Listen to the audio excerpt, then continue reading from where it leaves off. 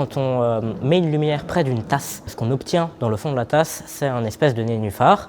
Et donc ce qu'on demandait, c'est pourquoi ce nénuphar se forme-t-il et qu'est-ce qu'on peut en tirer comme conclusion. Les élèves, il faut qu'ils soient actifs et ne pas subir les mathématiques qu'on leur propose. Matangine, c'est une association qui s'occupe de popularisation des mathématiques auprès des collégiens et des lycéens. Sa méthode, c'est de prendre des élèves volontaires pour travailler au cours de l'année sur un sujet proposé par un chercheur professionnel en mathématiques. Et ils présentent leurs résultats, d'abord au cours d'un congrès et ensuite avec un article. Le chercheur est là pour encadrer un sujet de recherche, mais c'est aux participants de ces ateliers de définir une stratégie et de définir une méthodologie. Tout le côté ludique de l'expérience, elle part du fait qu'on est en équipe. Dans notre groupe, on était 8 personnes, donc c'est pouvoir argumenter, expliquer ta démarche et la prouver. L'avantage d'être en petit groupe, c'est qu'on peut vraiment arriver à parler avec les élèves de manière plus privilégiée, à prendre du temps avec eux pour discuter de leur sujet. Au cours de l'année, j'écoute le cheminement de leurs pensées, leurs difficultés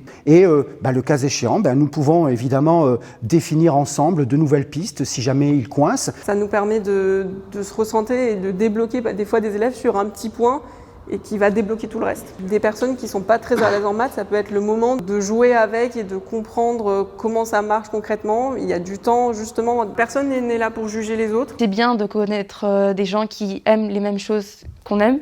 Les gens qui viennent à Matangine, ils y viennent pas pour travailler, ils y viennent pour passer un bon moment. Quand on les voit présenter au congrès, on voit bien qu'ils ont pris énormément de plaisir à faire ce travail. Il faut avoir de la patience, mais ça vaut le coup. Ça apporte un tout nouveau point de vue sur la matière.